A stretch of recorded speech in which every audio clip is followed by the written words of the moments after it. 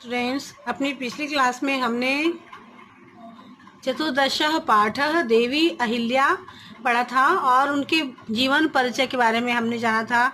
किस तरह से वो अपना शासन का चलाती थी, शासन कार्य, ये हमने देखा था। अब हम आगे देखते हैं कि अंकेश और अंजना के मध्य में उनके बारे में, उनके विषय में और क्या बातें होती हैं।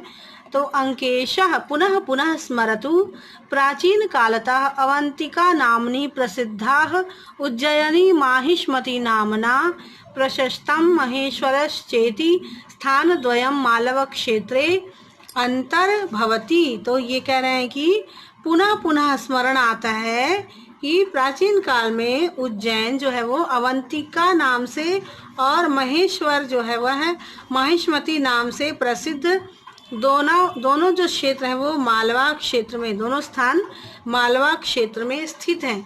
जो प्राचीन काल में उज्जैनी है वह अवंतिका कहलाती थी और जो माहेश्वर है वह माहिष्मती कहलाता था। तो ये आज भी जो है मालवा क्षेत्र में आज भी हैं, स्थित हैं। तो अंजना कहती हैं राज्ञा माहिष्मता निर्मिता माहिष्मती अधुना महेश्वर नगरमेव अस्ति। नगरम एव, अगर इसका संधि विच्छेद करते हैं तो नगरम एव आएगा। अनुपदेशस्य राज्ञः सहस्रार्जुनस्य राजधानी अपि आसीत। तो अंजना कह रही हैं माहिष्मता द्वारा निर्मित माहिष्मती आज महेश्वर नगर ही तो है। अनुपदेश के राजा सहस्त्रार्जुन की राजधानी भी यही थी। फिर अंकेश कहते हैं अथ किम, है ना, और क्या। रामायण महाभारत ग्रंथयोः बौद्ध जैन धर्म ग्रंथेषु अपि महेश्वरस्य उल्लेख वर्तते। तो महाभारत ग्रंथ में और बौद्ध और जैन धर्म, इन सारे ग्रंथों में भी महेश्वर नगर का उल्लेख है ना। इन सब का वर्णन है, हर ग्रंथ में इनके बारे में लिखा हुआ है। कालिदास विरचिते रघुवंशी माहिष्मती वर्णनम अस्ति। कालिदास द्वारा रचित जो रघुवंश महाकाव्य है उसमें भी माहिष्मती का वर्णन है, माहिष्मती नगरी का वर्णन है। आदि शंकर मंडन मिश्रयोः मध्ये शास्त्रार्थम चर्चा महेश्वर स्थाने एव अभवत। जो आदि शंकराचार्य है ना और मंडन मिश्र के मध्य जो शास्त्र चर्चा हुई थी, शास्त्रार्थ हुआ था, वाद विवाद हुआ था, यह भी महेश्वर स्थान में ही हुआ था।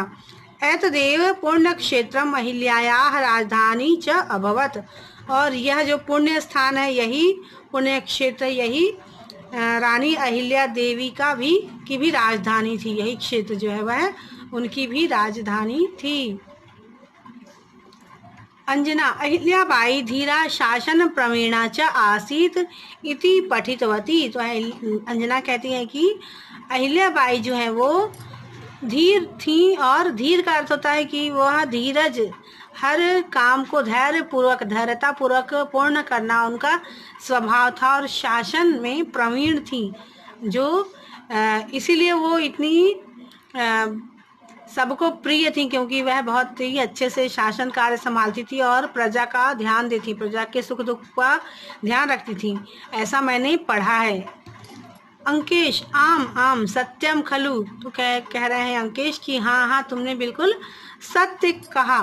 तस्याह शासन व्यवस्था अर्थनीतिः रक्षा नीतिः विद्या प्रीतिः च विशिष्टा इति ज्ञायते। कि उनकी जो शासन व्यवस्था थी, अर्थनीति का अर्थ होता है कि जो धन से संबंधी जो कार्य होते हैं, और रक्षा नीति जो होती है वो सेना से संबंधित, और विद्या प्रीति अर्थात उन्होंने विद्या के प्रसार में भी उनका बहुत ही योगदान रहा, इसलिए उनको विद्या प्रीति कहा जा रहा है। विद्या को पसंद करने वाली, ज्ञान विज्ञान को पसंद करने वाली थी वो, और उनकी विशिष्टता है, ऐसा मैं जानता हूँ, ऐसा मुझे पता है। अंजना अहो भाग्यम मालव क्षेत्रस्य जयतु कीर्तिशेषा अहिल्याबाई। तो अंजना कह रही कि ये तो मालव क्षेत्र का अहोभाग्य है, खुशकिस्मत है। ये मालव क्षेत्र जो है वह खुशकिस्मत है कि उनको अहिल्याबाई जैसी रानी मिली, और ये उनके जो कीर्ति है, उनकी यश जो है वो हर जगह फैली हुई है पूरे संसार में। अंकेश, जयतु जयतु लोक माता अहिल्याबाई। जय हो लोक माता अहिल्याबाई की। लोक माता क्यों कहा गया है? क्योंकि वो अपनी प्रजा को पुत्र जैसे प्रेम करती थी, सभी पूरी प्रजा का ध्यान रखती थी, इसलिए उनको लोक माता कहा गया है। उभाव, और दोनों एक साथ कहते हैं, सर्व सहाजित क्रोधा अहिल्याबाई थी कीर्तिता, धर्मार्थ काम मोक्षेषु निरता राजते सदा। तो कहते हैं कि सबकी सहायक और क्रोध को जीतने वाली, धर्म अर्थ काम मोक्ष से निरत अहिल्याबाई की सदा जय हो। तो इस तरह से अहिल्याबाई के बारे में इस पाठ में हमने पढ़ा, और मुझे आशा है कि आपको ये पाठ समझ में आ गया होगा। अगली क्लास में हम इस पाठ के अभ्यास के प्रश्नों को हल करेंगे, और आप इस प्रश्न के जो कठिन शब्द हैं उनको अपनी नोटबुक में नोट कर लेंगे, आपकी बुक में भी दिए हुए हैं और उनका अर्थ भी दिया हुआ है, तो वो भी आप अच्छी तरह से पढ़ लेंगे, जैसे कि यहाँ पर देख सकते हैं। ठीक है।